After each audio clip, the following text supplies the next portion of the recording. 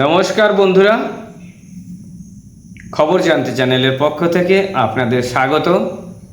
বন্ধুরা, আজকের আমরা বাংলাদেশ থেকে এই মুহূর্তে যদি আপনি পাসপোর্ট করে বা এমনি লুকিয়ে যদি আসেন ভারতে, আপনি থাকতে পারবেন কিনা এবং নাগরিকত্ব পাবেন কিনা সেটা নিয়েই আমরা আজকে আলোচনা করব। তো বন্ধুরা, বিষয়টা হলো তাহলে বর্তমান সময়ে আসা কোনো শরণার্থী আর কোনো উপায় নেই যে এখানে নাগরিকত্ব পাওয়া যাবে কিনা, সেই নিয়েই আমাকে এর আগে আমি ভিডিও তৈরি করেছিলাম সিএএ নিয়ে। সেখানে অনেকে কমেন্ট করে জানিয়েছেন যে এই মুহূর্তে যদি আমি ভারতবর্ষে যেতে চাই তাহলে ভারতবর্ষে গিয়ে আমি আমার সে বেআইনি পথে না, সে হয়তো আইনি পথেই পাসপোর্ট করেই আসবেন, পাসপোর্ট করে এসে থেকে যাবেন, এরকম অনেকের ইচ্ছা আছে। তো তাদের জন্য আমার এই ভিডিওটা। তো বন্ধুরা, যারা বাংলাদেশ থেকে বৈধ ভিসা নিয়ে ভারতে আসার পর যদি কেউ এখানে স্থায়ীভাবে থেকে যেতে চান, তবে তার আইনি পথটি ঠিক কী? ইন্টারনেট বা সোশ্যাল মিডিয়ায় প্রায় শোনা যায় মেডিকেল ভিসা নিয়ে ভারতে এসে পাসপোর্ট সরকারের কাছে হস্তান্তর বা সারেন্ডার করলেই নাকি কয়েক বছর পর নাগরিকত্ব পাওয়া যায়। আবার অনেকে ভাবেন হিন্দু শরণার্থী হলেই কি এই মুহূর্তে ভারতে এসে সিএএ বা নাগরিকত্ব সংশোধন আইনে সুবিধা পাওয়া সম্ভব। আজকের ভিডিওটি আমরা কোনো গুজব বা গুঞ্জন, রাজনৈতিক সস্তা বক্তৃতা নয়, বরং ভারত সরকারের স্বরাষ্ট্র মন্ত্রণালয়ের আসল আইনি নিয়ম এবং ধারার উপর ভিত্তি করে নিখুঁত বিশ্লেষণ করব। MHA এবং FRRO এর আসল নিয়মটা ঠিক কী? যারা না জেনে এই ভুল পথে পা বাড়াচ্ছেন তাদের কত বড় আইনি পদক্ষেপ বিপদ হতে পারে জানতে ভিডিওটি শেষ পর্যন্ত অত্যন্ত মনোযোগ দিয়ে দেখুন। মেডিকেল ভিসা এবং পাসপোর্ট সারেন্ডার করার আসল সত্য। উপস্থাপক দর্শক বন্ধুরা, প্রথমেই আমাদের মনে যে প্রশ্নটি আসে, কোনো বাংলাদেশি নাগরিক যদি মেডিকেল ভিসা বা ট্যুরিস্ট ভিসা নিয়ে ভারতে আসেন, তারপর এখানে এসে সরকারের কাছে ভিসা পাসপোর্ট সারেন্ডার করেন, তবে কি তিনি নাগরিকত্ব পাবেন? মেডিকেল ভিসার সীমাবদ্ধতা বা কী? ভারতের এইবার আমি এখানে ভারতের ইমিগ্রেশন আইন বন্ধু অত্যন্ত কঠোর। মেডিকেল ভিসা দেওয়া হয় শুধুমাত্র সুনির্দিষ্ট চিকিৎসার জন্য। চিকিৎসা শেষ হলে বা ভিসার মেয়াদ ফুরিয়ে গেলে সংশ্লিষ্ট ব্যক্তিকে নিজের দেশে ফিরে যেতে হবে। ভারত সরকার স্বরাষ্ট্র মন্ত্রণালয়, দেখুন এখানে আগে অনেকেই এরকম থেকে যেত, এখন কিন্তু সেটা হয় না। তো আমার এক আত্মীয় এরকম এসেছিল, এসে এরকম থেকে গেছে, পুলিশ ঠিক খুঁজে তাকে ফোন করে যে কোনো প্রকারে তাকে কিন্তু খুঁজে বের করে নিয়ে যায়, ফোন করে দেয়, আসার সঙ্গে সঙ্গেই কিন্তু কিছুদিন পরেই ফোন করে দেয়, আপনার মেয়াদ কিন্তু শেষ হয়ে গেছে বা শেষ হতে যাচ্ছে, আপনি তাড়াতাড়ি বাংলাদেশে বেরিয়ে যান, আপনি যাচ্ছেন না কেন, এরকম কিছু তারা কথা বলে। প্রথমে কিন্তু তারা সতর্ক করে দেয়। এসে অনেকে ভাবেন যে আমি পাসপোর্ট লুকিয়ে ফেললাম, মেয়াদ শেষ হওয়ার পর থেকে ফোন নাম্বার আমি আউট করে দিলাম, বা এমন কারো নাম দিয়ে এলো তারও যোগাযোগ আর রাখলো না, এইভাবে হয়তো আমরা থেকে যাব, এরকম একটা ভাব তাদের থাকে। কিন্তু বন্ধুরা, ভারতীয় আইন FR মানে ফরেনার অ্যাক্ট 1946 অনুযায়ী আপনাকে সরাসরি অবৈধ অভিবাসী মানে ইলেগাল মাইগ্রেন্ট হিসেবে গণ্য করা হবে। এর পরিণতি কিন্তু নাগরিকত্ব তো পাওয়া দূরের কথা, বরং সোজা আপনার জেল বা জরিমানা হবে। এখন জানি না এটা আপনারা কেউ ভুক্তভোগী হয়েছেন কিনা। আমার এক আত্মীয়ের জন্য আমি এটা ভুক্তভোগী হয়েছিলাম, তাই এটা আমি খুব সুন্দর করে জানি এটা কিভাবে করতে হবে, কোনভাবে করলে আর কোনভাবে থাকলে এই প্রবলেমটা হবে না। তাই আপনাদের এই ভিডিওটা আমি দিচ্ছি। বর্তমান সময়ে 2026 সিএ এবং হিন্দুদের নির্যাতিত আইন অবস্থান, মানে বাংলাদেশে যারা নির্যাতিত হচ্ছেন তাদের মনে দ্বিতীয় যে প্রশ্নটি আসে তা হলো নাগরিকত্ব সংশোধনী আইন বা সিএ।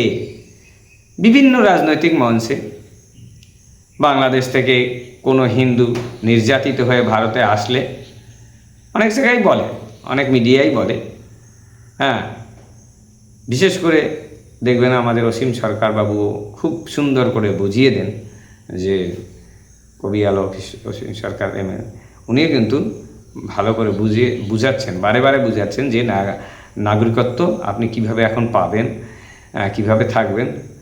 কিন্তু এখানে একটি মস্ত বড় আইনি টুইস্ট বা শর্ত রয়েছে যা সাধারণ মানুষ এড়িয়ে যান। অনেকে হয়তো বলেন না, অনেকে বলেন। হ্যাঁ, ঠিক দেখছেন, আইনটি বাংলাদেশ, পাকিস্তান এবং আফগানিস্তানের সংখ্যালঘুদের জন্যই ছিল। কিন্তু শিখ, বৌদ্ধ ছিল কথাটা কেন বলছি, এখন কিন্তু আর যারা আসবেন তাদের জন্য কিন্তু এটা হবে না। কিন্তু যদি আপনি এই 2014 আগে, ওটা বুঝতে পারছেন, বাংলাদেশ থেকে কোনো হিন্দু ধর্মীয় নির্যাতনের শিকার হয়ে ভারতে আসেন এবং সেটা যদি ওই 2014 সালের আগে আসতেন, তাহলে কিন্তু আপনি এই সিএতে নাগরিকত্ব পেতেন। এইটা হচ্ছে আসল কথা। এবার এই 2014 পরে এলে কিন্তু আর আপনার সিএ ব্যাপারটা থাকে না। তাহলে তার জন্য তো কি ব্যবস্থা, সেটা কিন্তু অনেকবার শুভেন্দু অধিকারী বলছে যে সেটাকে আমরা সংশোধন করার চেষ্টা করছি, 2024 করার একটা 31শে ডিসেম্বর পর্যন্ত এরকম একটা আমরা করার ওটার চেষ্টা করছি। কিন্তু সিএর কিন্তু আসল মেয়াদ হয়েছে 2014 বলে, তাহলে তারপরে যেহেতু এরপরে এখন যারা আসবে, আমি তাদের জন্যই ভিডিওটা বানাচ্ছি, এখন যারা আসবে তাদের যেটা করতে হবে, শরণার্থী বা কোনো উপায় আছে কিনা, অসীম সরকারের মতন ব্যক্তিত্ব 7 বা 10 বছরের আত্মীয়র বাড়িতে থাকার অনেক কথা অনেক সময় বলেন, তার আসল আইনি ভিত্তিটা কি, চলুন এবার সেটি খোলসা করে আমরা জানি। যদি কোনো বাংলাদেশি হিন্দু ব্যক্তি বর্তমানে সত্যি বিপদে পড়ে ভারতে আসেন এবং ফিরে যেতে আর না চান, তবে তাকে কোনো দালালের চক্করে না পড়ে সম্পূর্ণ প্রকাশ্যে আইনি পথ অবলম্বন করতে হবে। এ পথটি হলো আপনার MHA, ministry of home affair, বা FRRO, foreigners regional registration office. এই দুটো অফিস দপ্তরে গিয়ে আনুষ্ঠানিকভাবে আপনাকে আত্মসমর্পণ করতে হবে, লিখিত দিতে হবে, আপনারা যে পাসপোর্ট করে এসছেন সেটা ওখানে গিয়ে দেখাতে হবে যে আমরা এরকম বাংলাদেশ থেকে এরকম নির্যাতিত হয়ে এসছি, আমরা আর বাংলাদেশে ফিরে যেতে চাই না, এরকম, হ্যাঁ, আমাদের নির্যাতন হচ্ছে ওখানে, ও দেশে আমি আর নিরাপদ নয়। এইভাবে আপনাকে সব কিছু আপনি খোলা বললেন। সরকার যদি তদন্ত করে, তার আবেদন সত্যতা পায়, দেখে না সত্যি লোকটা, এবং কিছু পরিচয়ও নেবে বাংলাদেশে, এবং এখানে যদি আপনার কোনো আত্মীয় স্বজন থাকে তাদের কাছ থেকে হয়তো বয়ান নেবে। এবার কি হবে, তাকে সামরিকভাবে থাকার জন্য কিছু অন্তত সাময়িকভাবে কিছুদিন যাতে থাকতে পারেন একটি বিশেষ ভিসা দেবে, যার নাম লং টার্ম ভিসা, LTV বা LTV। এই LTV পাওয়ার জন্য ভারতের আবার একটা সিস্টেম আছে, একজন স্থায়ী নাগরিক দরকার আপনার। আপনি চাইলেই যে আপনাকে দেবে তা নয়, একজন স্থায়ী নাগরিকত্ব মানে এরকম আছে সেরকম একজন মানুষকে, বা আপনার আত্মীয় স্বজন এখানে আছে সেরকম একজন গ্রান্টার লাগবে, যার জামিনদার হতে হবে। তাকে থাকলেই হবে না, সবাই তো সবাইকে জামিন দিতে চায় না, সে তো বলতেও চায় না। জানেন তো আজকের দিনকাল যে এমন হয়েছে, সেই আত্মীয়কে আবার লিখিত বন্ড দিতে হবে। অত সহজ না। সে যদি না দেয় তাহলে কিন্তু আপনি থাকতে পারবেন না। এই জায়গাটাই কিন্তু আপনার যদি সেরকম কোনো আত্মীয় থাকে যাকে ধরলে সে যদি আগে ফোন করে জেনে নিন সে এখানে আসলে আপনাকে সেইভাবে আপনাকে বন্ড দিয়ে রাখবে কি না, এই দায়িত্ব অনেকে নিতে চায় না। আপনাকে কিছু টাকা দিয়ে দেবে, খাবার দিয়ে দেবে, ঠিক আছে, এটা কিছুদিন, কিন্তু অনেকে আবার এই দায়িত্বটা কিন্তু নিতে চায় না। কেন? আপনি যদি দেখা যায় এখানে এসে কিছু অবৈধ কাজকর্ম করে ফেললেন, তাহলে কিন্তু এমনই গ্যারান্টি নিতে হবে ওই অবৈধ কাজকর্ম করলে সেটাও কিন্তু ওই ব্যক্তিকেই সেই গ্যারান্টিটা নিতে হবে। এই জন্য কেউ চট করে আবার একটু দূর সম্পর্ক হলে নিতে চায় না, বুঝতেই পারছেন। খুব নিজের কাছের না হলে আবার নিজের কাছের অনেক লোক আছে ও দেশ থেকে এসছে বিতাড়িত হয়ে, বা আপনাদের কোনো আচরণে খারাপ ব্যবহার পেয়েছে, এখানে আসলে সে তো হয়তো আপনাকে সুযোগটা নাও দিতে পারে। এই যে ব্যাপারটা, এই ব্যাপারটাই কিন্তু একটা জেনে নিতে হবে। এবার দেখতে হবে কোনো অপরাধ না করে যদি কেউ 7 থেকে 10 বছর, একদিন দুই দিন না ভাই, 7 থেকে 10 বছর ভারতে বসবাস করবেন, তাতে যেন আপনার কোনো দাগ না পড়ে। এই ব্যক্তি আমার বাড়িতে থাকবেন, কে? ওই যে এই দেশীয় যে নাগরিকত্ব পেয়েছে সেই ব্যক্তি, উনি বলবেন যে এই ব্যক্তিটি আমার বাড়িতে থাকবেন, তবে এর সমস্ত দায়িত্ব আমার। ইনি কোনো অপরাধমূলক কাজে জড়াবেন না, সে দায়িত্ব আমার। এইভাবে সরকারের খাতায় নাম নথিভুক্ত করতে হবে। এবার এইভাবে নথিভুক্ত করার পর এই পুরো বিষয়টি কিন্তু সম্পূর্ণভাবে ভারত সরকারের স্বরাষ্ট্র মন্ত্রণালয়ের নিজস্ব বিবেচনা, এবং এটা আপনি জোর করলেই পাবেন না। সিদ্ধান্তের উপর তারা যদি বিচার বিশ্লেষণ করে দেখে এটি কোনো ঠিক আছে, তখন এটি আপনাকে আইনটা বলবৎ করবে এবং আপনাকে থাকতে দেবে। এটি কোনো স্বয়ংক্রিয় অধিকার নয়। ব্যাপারটা বোঝা গেল? এবার আলোচনা করব আমাদের শেষ এবং সবচেয়ে গুরুত্বপূর্ণ বিষয়। প্রশ্নটি হলো, যদি কেউ না বুঝে, অনেক সময় আছে যে এরকম বুঝলো না, সে মন করা, আমার এক আত্মীয় এরকম, সে যেতে চাইলো না, যা হবে হবে, আমি বয়স হয়ে গেছে, আমার কি হবে, আমি যদি মন করা এইরকম দালালের খপ্পরে পড়ে ভারতের অবৈধভাবে থেকে যান, বহু বছর পর বুঝতে পেরে নিজের দেশে আবার ফিরে যেতে চাইছেন যে ভাল লাগছে না, এখন আমি দেশে যাব বা ওখানে যেতে হবে আমাকে, তবে তার কি হবে? কত টাকাই বা জরিমানা দিতে হবে? ভারত সরকারের স্বরাষ্ট্র মন্ত্রণালয়ের নির্দেশিকা অনুযায়ী ভিসার মেয়াদ শেষ হওয়ার পর অবৈধভাবে না বুঝে দালালের খপ্পরে পড়ে ভারতে অবৈধভাবে থেকে গেলে তাকে বলে কি, যাকে ওভার স্টে বলা হয়। আপনি সরাসরি সীমান্ত বা এয়ারপোর্ট দিয়ে পার হতে পারবেন না। আপনাকে বেআইনিভাবে তো এখন তার কাটার যেভাবে বেড়া দিচ্ছে, আর হয়তো সেটাও আর যেতে পারবেন কি না তার কোনো আর সেই জায়গাটা আর থাকবে না। কারণ আগে যেমন বেআইনিভাবে যাওয়া যেত লুকিয়ে চুরি, সেটাও কিন্তু এখন আর যাওয়া যাবে না, যেহেতু তার কাটার বেড়া হয়ে যাচ্ছে। এইখানে পাড়ার পোর্টালে গিয়ে এক্সিট পারমিট মানে দেশ ছাড়ার অনুমতি আপনাকে নিতে হবে, এর জন্য আবেদন করতে হবে।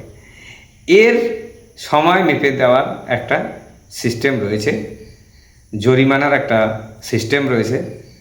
প্ল্যানটি দিতে কি হবে সেটাই বলছি বন্ধু। স্ক্রিনে 2 মিনিট থেকে আপনি যদি এই দেশে 2 মিনিটও থাকেন, মানে ব্যাপারটা বুঝতে পারছেন, 1-2 মিনিটও যদি থাকেন, তাহলে 2 মিনিট থেকে 15 দিন পর্যন্ত আপনাকে যেটা দিতে হবে 500 টাকা। এটা বললাম, এর পিছনে আবার অন্য কি আছে শুনুন। 16 দিন থেকে 91 দিন মানে 3 মাস যদি থাকেন 5,000 টাকা। এবার 92 দিন থেকে আবার 2 বছর পর্যন্ত আপনার 10,000 টাকা।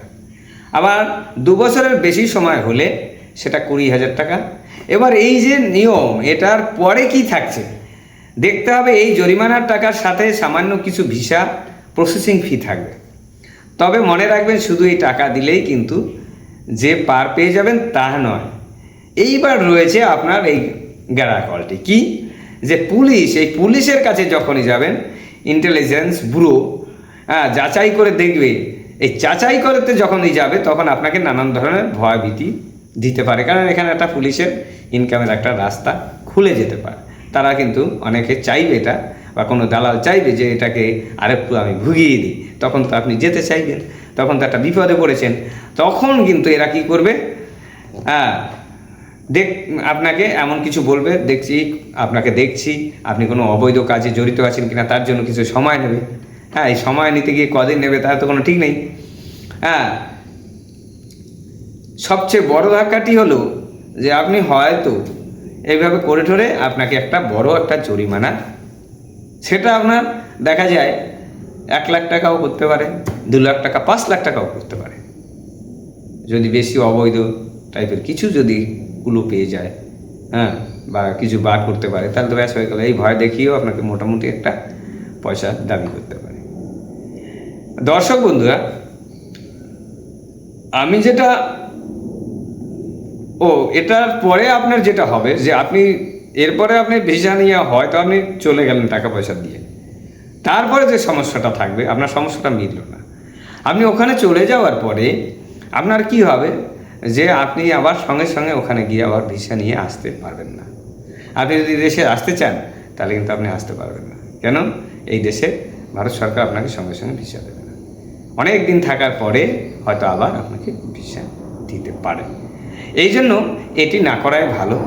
একদম কোনো ভিসা আপনার মেয়াদ শেষ হয়ে গেছে, আপনি আবার চলে যান, কারণ এখন ভিসাটা অনেকটা বেশি টাকাও নেয় না। আবার চলে যান, আবার আসুন, কোনো সমস্যা নেই। এই আর একটা কথা বলবো বন্ধুরা, যারা এখন বাংলাদেশ থেকে আসতে চাইছেন, এই মুহূর্তে আমার মনে হয় বাংলাদেশ থেকে এদেশে আর না আসাটাই ভালো। যদি কোনো বড় অবস্থার পরিপ্রেক্ষিতে না পড়ে, তাহলে এখন বাংলাদেশে লড়াই করে থাকাটাই দরকার। এই বর্তমানে তো দেখছি অনেকেই বেশ খুব ভালোই লড়াই করছেন বাংলাদেশে, হিন্দুরা অনেক লড়াই করছে। এইভাবে আপনারা লড়াই করুন, দেখবেন ওই বাংলাদেশের মুসলিমরা আপনাদের সঙ্গে আর পার পাবে না। তখন আপনাদের উপর বেশি একটা জুলুমবাজি করতে পারবে না, কারণ আপনাদের পিছনে কিন্তু ভারত সরকার রয়েছে।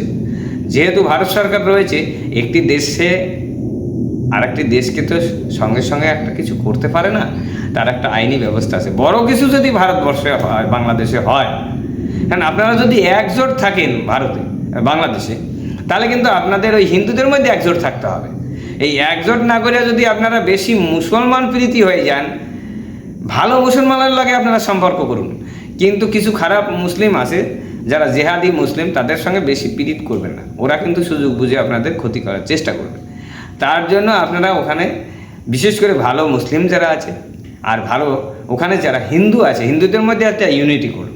তাহলে আপনাকে যেন ওই মাঝে মধ্যে যে ছোটোখাটো ঘটনাগুলো ঘটে, সেখানে যদি আপনারা সবাই মিলে ঝাঁপিয়ে পড়েন, তাহলে কিন্তু আপনাদের, কিন্তু সেই সময় যদি আপনি চিন্তা করেন আপনার ওর আমার জমি নিয়ে বিবাদ আছে, আমি তো এখন যাব না, তাহলে কিন্তু আপনারা মার খাবেন। এইটা করা চলবে না। আপনার যখন কোনো মুসলিম বা কোনো অন্য সংখ্যালঘুকে আপনাকে আক্রমণ করবে, তখন আপনাকে একটা কথা চিন্তা করতে হবে যে আমি ভাই ভাই হয়ে গিয়ে দাঁড়াতে হবে ওর পাশে, এই ভাবনাটা। তারপরে আপনার সঙ্গে ওর লাগে বোঝাপড়াটা যা হবে পরে হবে। কিন্তু আমরা এটা অনেকেই করি না। এটা তখন ওই প্রতিশোধটা আমি নিতে চাই। তখন কি হয়, ওই সুযোগে তখন তো ওকে হয়তো ঠিক শাসন করলো, তারপরে যে ওই শাসনটা আমাকেও করবে না তার তো কোনো মানে নেই। সময় বুঝে কিন্তু উনি আমাকেও করবে, এইটা জানবেন। এটা অনেকে ভাবে না, ভাবে যা হবে এখন ওকে হবে, আমার তো কিছু হচ্ছে না। এটাই আমাদের একটা সবথেকে মূল দোষ। এইটা করা চলবে না। বাংলাদেশে থাকুন, দেখবেন ভালোই থাকতে পারবেন একতাবদ্ধ হয়ে, একদম লড়াই করে একতাবদ্ধ। কোনো কিছু হলে হিন্দুদের উপর, যখনই হিন্দুত্ববাদী ব্যাপারটা হবে তখন এক হয়ে যাবেন। অন্য ব্যাপারে আপনারা আলাদা আলাদা জাস্টিং করুন, কোনো ব্যাপার নেই, নিজেরা দ্বন্দ্ব করুন, সেটা আলাদা কথা। কিন্তু যখন এরকম একটা দেশ নিয়ে ব্যাপার হবে, তখন কিন্তু আলাদা থাকলে হবে না। এই ব্যাপারটা আপনারা খেয়াল করুন, এবং বাংলাদেশে আমি এটা বলবো যে এখন থাকার চেষ্টা করুন। না হলে এদেশে এসে এখন প্রতিষ্ঠিত হওয়াটা খুবই কষ্টকর, যার জন্য এখানে যতটা সম্ভব না আসাটাই ভালো। আর একান্ত যদি আসতে হয় তাহলে আপনারা এসে সঙ্গে সঙ্গে আপনারা এইভাবে এলটিভি ভিসার আবেদন করবেন। হ্যাঁ, আর কোনো লুকোচুপি নাই, বেআইনিভাবে নয়, একদম থাকবেন। এইভাবে যদি আপনারা আত্মীয় স্বজনের সঙ্গে খবর নিয়ে চলে আসেন, তাহলে আপনি এখানে থাকতে অসুবিধা খুব একটা হবে না। তাই বন্ধুরা, আজকের এই ভিডিওটি আপনাদের কেমন লাগলো কমেন্ট করে অবশ্যই জানাবেন। তথ্যটি ভালো লাগলে লাইক করুন, শেয়ার করুন বন্ধুদের। নূতন নূতন এরকম আপডেট আইনি খবরের বিশ্লেষণ পাওয়ার জন্য সাবস্ক্রাইব করে পাশে থাকুন। ভালো থাকুন। নমস্কার।